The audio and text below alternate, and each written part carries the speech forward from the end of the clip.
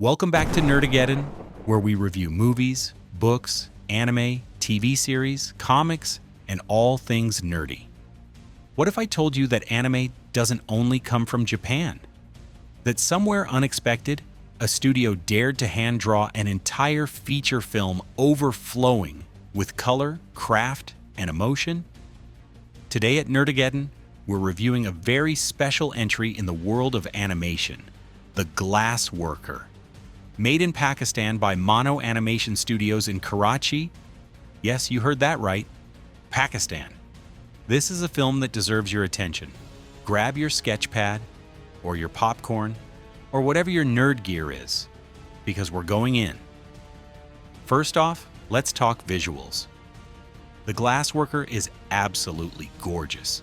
Hand-drawn frames, lush colors, delicate touches of light and shadow that feel like a Studio Ghibli piece with a Pakistani twist. Think Hayao Miyazaki merging with colorful Pakistani craftsmanship. Those glowing glass pieces, shimmering embers in the sky, warm sunset tones. The palette gives you that feeling of entering a dream.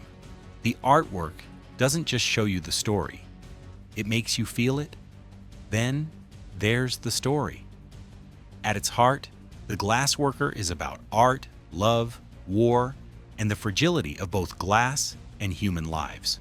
Our protagonist, Vincent, is trained by his glassworker father. He meets Alice, a violinist. War looms. The membrane between everyday life and chaos gets thin.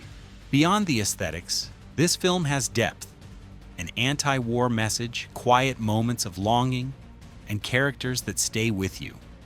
The fact it's Pakistan's first full hand-drawn animated feature makes it even more special. Having said that, no film is made perfect, and The Glassworker has a few moments where it drags. The pacing in parts slows down, making you feel like you've paused in the middle of the wind blowing through glass. Some scenes stretch just a bit too long, and while the art carries you for most of it, you might find your mind wandering during quieter passages. Also, voice acting in some versions has been critiqued as flat in comparison to the high standards set by the visuals. But to be fair, for a studio tackling a first feature of this scale, these are small bumps, not deal breakers.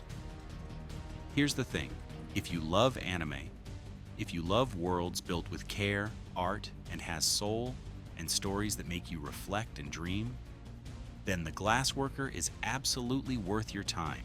It stands out in a sea of CGI-driven animations, hand-drawn, heartfelt, and very bold. Want something with the visual lushness of Howl's moving castle, the emotional reach of A Wrinkle in Time, and the cultural flair you don't see every day? This is it. It also matters for representation.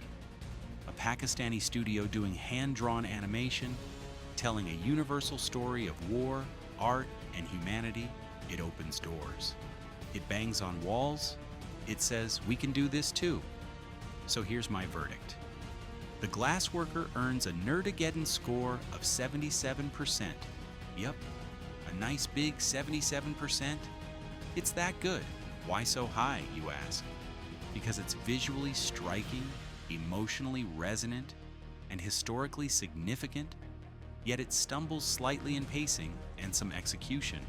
But none of that takes away from the fact that this is a must-see for animation fans and anyone who believes in the magic of drawn art. If you've been looking for a hidden gem, one that feels fresh, bold, beautiful, then go watch The Glassworker. You might just find it your next favorite. Thanks for watching Nerdageddon. Like, subscribe, and tell me in the comments what part of The Glassworker moved you most.